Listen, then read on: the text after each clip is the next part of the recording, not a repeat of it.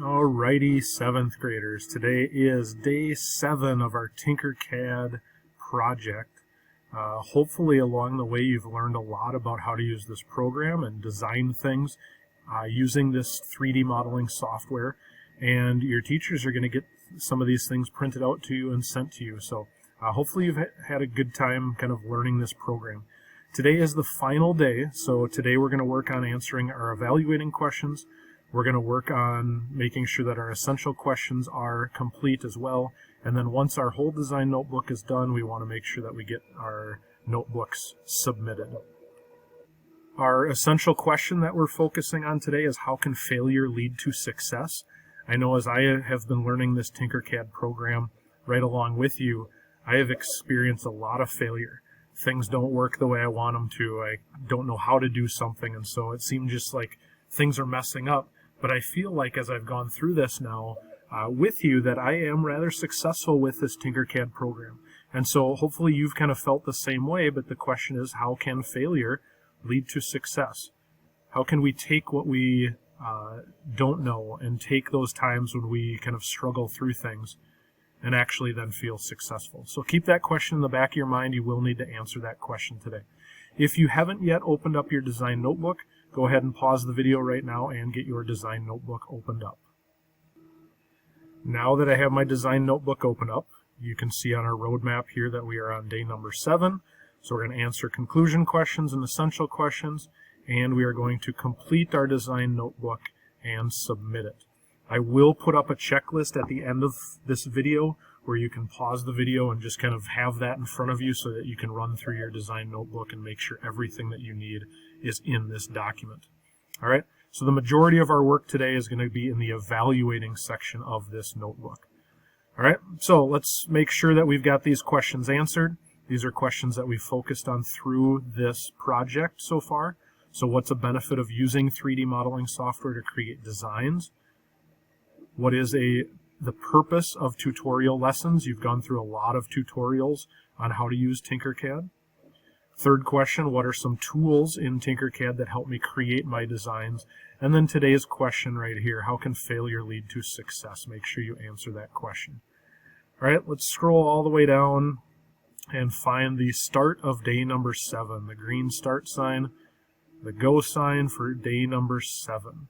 We should have all of this stuff done in our design notebook up to this point. So we are on day number 7. Here's our start.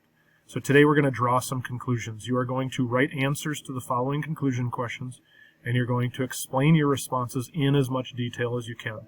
And we should always aspire to write using complete sentences. All right? So the first question, and this is a must-answer question, the blue background, must-do question. What did I learn when using TinkerCAD?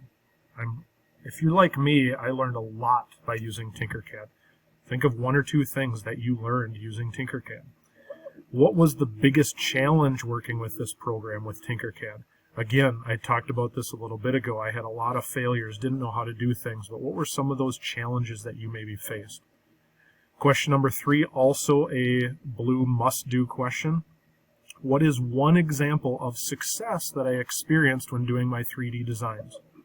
What did you feel like you were successful doing as you were going through these starters, lessons, and projects? The next question you see is an orange background, so we think as teachers that you should answer these next 2 questions.